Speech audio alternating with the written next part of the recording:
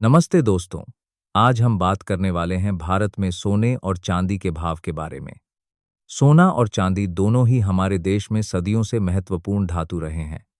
शादी, विवाह से लेकर निवेश तक, त्योहारों से लेकर रोजमर्रा की जिंदगी तक इनका महत्व कभी कम नहीं होता।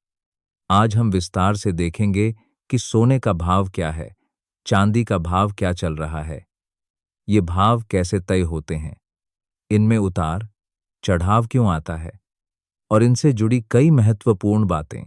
सबसे पहले बात करते हैं सोने के भाव की।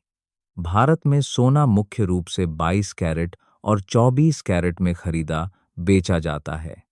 24 कैरेट सोना शुद्ध सोना होता है, जिसमें 99.9% तक शुद्धता होती है, जबकि 22 कैरेट में 91.6% शुद्धता होती है और बाकी में अन्य मिश्रण जैसे कॉपर मिलाया जाता है ताकि गहने बनाने में मजबूती आए। अभी भारत में 24 कैरेट सोने का भाव प्रति 10 ग्राम के आसपास 1,55,000 से 1,57,000 रुपये के बीच चल रहा है। मतलब प्रति ग्राम लगभग 15,500 से 15,700 रुपये तक। वहीं 22 कैरेट सोने का भाव प्रति 10 ग्राम 1,42,000 से 1,44,000 रुपये के बीच है, यानी प्रति ग्राम करीब 14,200 से 14,400 रुपये। ये भाव शहरों के अनुसार थोड़े बहुत अलग हो सकते हैं, क्योंकि अलग अलग शहरों में मेकिंग चार्जेस, लोकल टैक्स और डिमांड सप्लाई के आधार पर अंतर आता है। मिसाल के तौर पर दिल्ली, मुंबई, कोलकाता, चेन्नई, बैंगलोर जैसे बड़े शहरों में भाव लगभग एक जैसे होते हैं, लेकिन छोटे शहरों या ग्रामीण इलाकों में थोड़ा ज्यादा या कम हो सकता है। अब सवाल यह है कि सोने का भाव इतना ऊंचा क्यों है? सोना एक ग्लोबल कमोडिटी है और इसका भाव अंतर्राष्ट्रीय बाजार पर निर्भर करता है। अंतर्राष्ट्रीय स्तर पर सोने का भाव डॉलर में तय होता है।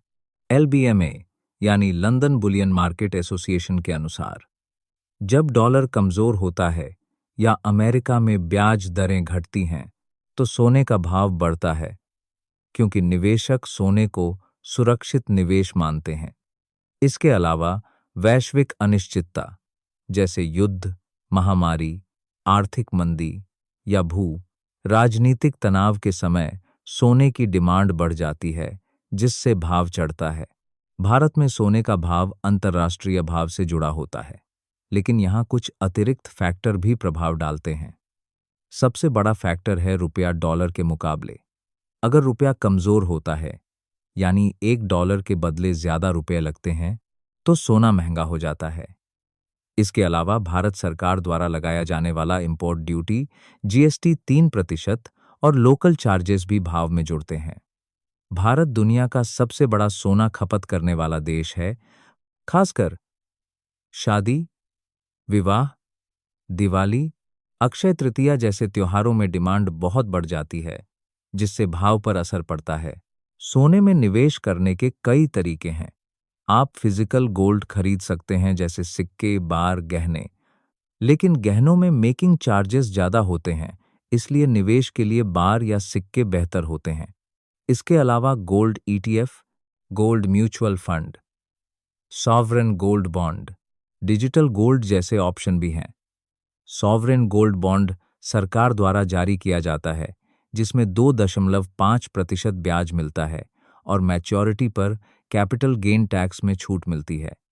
ये निवेश के लिए बहुत अच्छा ऑप्शन है,